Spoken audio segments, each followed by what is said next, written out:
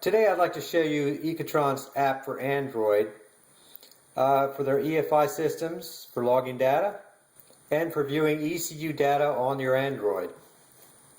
I have a Global 2 here. I also have an Android Razr Max. That's the one I use on my motorcycle. But I'm going to show you how to use the app on this phone. Anyway, let's get started. Here's the Ecotron app. Let's go ahead and press it to get started. Hit menu. You need to load an A2L file first. Mine's located in the root directory. There it is. Step 1, 2, 3, and it says it's complete. Okay, then you need to hit menu and go to settings. In settings, you can show all variables. That would probably make the screen too busy though. The next thing is to display description instead of the name. I'm going to click on that. If your description is shorter than the name they use, it's better. As an example, they use a description of N, or they use the title is N for RPM, and I've changed my description for N to RPM, so it would show RPM instead of N. Display value instead of bar. I think the whole idea is to have a nice bar display so that you can easily see what's going on in your system while you're riding. Measure acceleration by phone. This is using the accelerometer in the Android. I'm not going to use that myself. Keep the screen on. It's a good idea to do that. Auto hide buttons. I like that, and I'll show you why in a minute. Change variable text size. You can actually go in and change the size of the text, make it bigger or smaller. 54. Or I'm going to go down. I like it at 30. There it is. Okay. Select recorded variables. I'll leave that for the default. I think it records just about every one of them. Select displayed variables. Okay, in here you can select what's shown on the screen. Right now current timer is selected, but I don't particularly care for that. I'm turning that off. Some of the ones that I like are my WO2 sensor. Let's see, what else do I want in there? I want my throttle position sensor.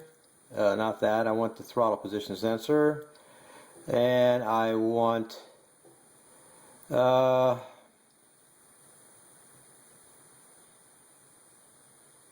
okay, scroll down. I want the engine temperature. That's TM. And I want my RPM, which is again N.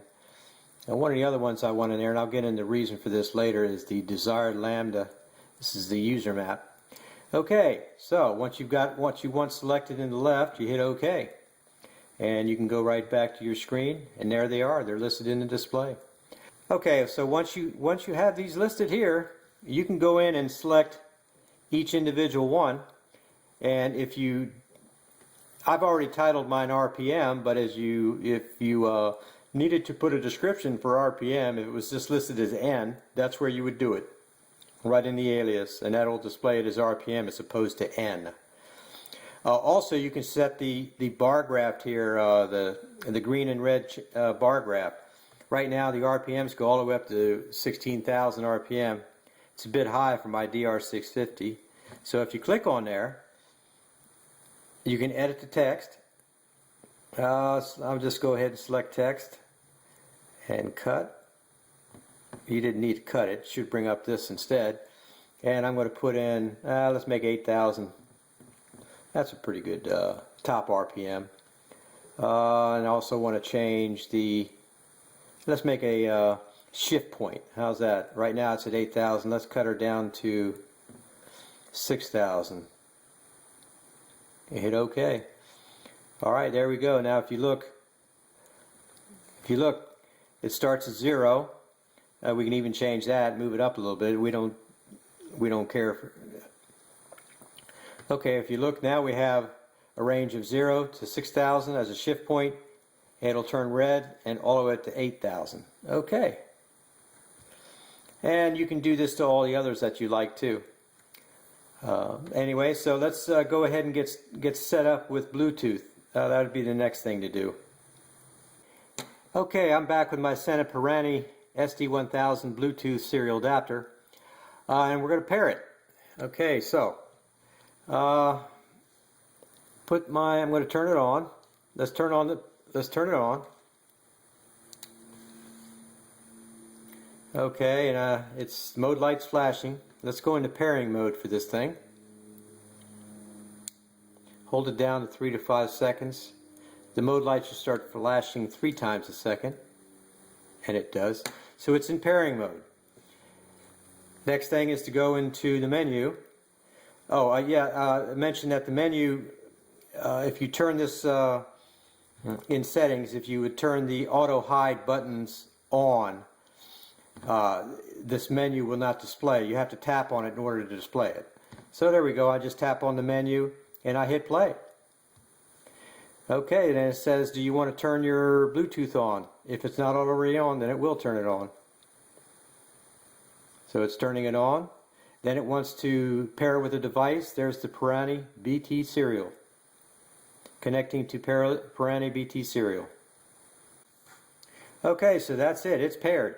Now we need to hook it up to the ECU. Let's go ahead and get this thing set up with my DR-650. We paired it. I'll put it in my Razor Max. I'll put it in my Razor Max bracket there, but it doesn't really fit. But let's go and get our Bluetooth serial adapter. There we go. It's on and still synced. I'm going to plug it into my ECU, just temporarily. There we go. Alright, let's go back up here. Okay, we're paired with a device. I'll turn on my computer. As you can see, I'm getting data. As you can see, I'm getting data. Let's put this in here right now. Okay, and there's my throttle position sensor. I'm actually twisting my throttle. You can see it's actually working. This is showing my ALM is heating up the wideband O2 sensor. Anyway, so it works, and it's pretty cool. Next, I'm going to show you what this little switch here does. This is a switch for adjusting the air-fuel ratio, and I'll show you that in a minute. Okay, I'm back with my GoPro shooting this video. I have my Motorola Razor Max mounted to the handlebars, and so we're all set. I want to show you this. Air-fuel ratio adjusting knob that Matt turned me on to. Okay, we're hooked up. We're synced in, and fire up the.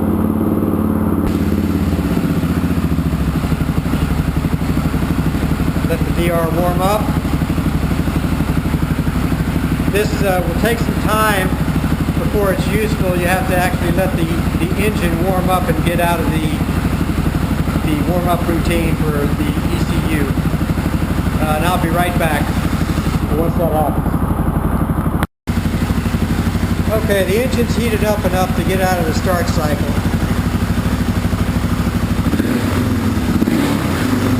There's my engine head temperature right now. You can see the bars moving up.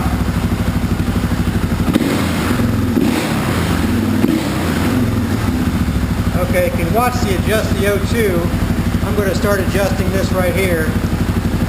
There you go. You can see the bar move down. You can actually see my air-fuel ratio ALM meter changing too. Just to let you know, that's very nice for setting up a ride where you're cruising down the highway. You want to get as close to 14.7 AFR as you can. Anyway, that's my DR. I'll take it out for a ride a little later. Have a good day. Bye for now.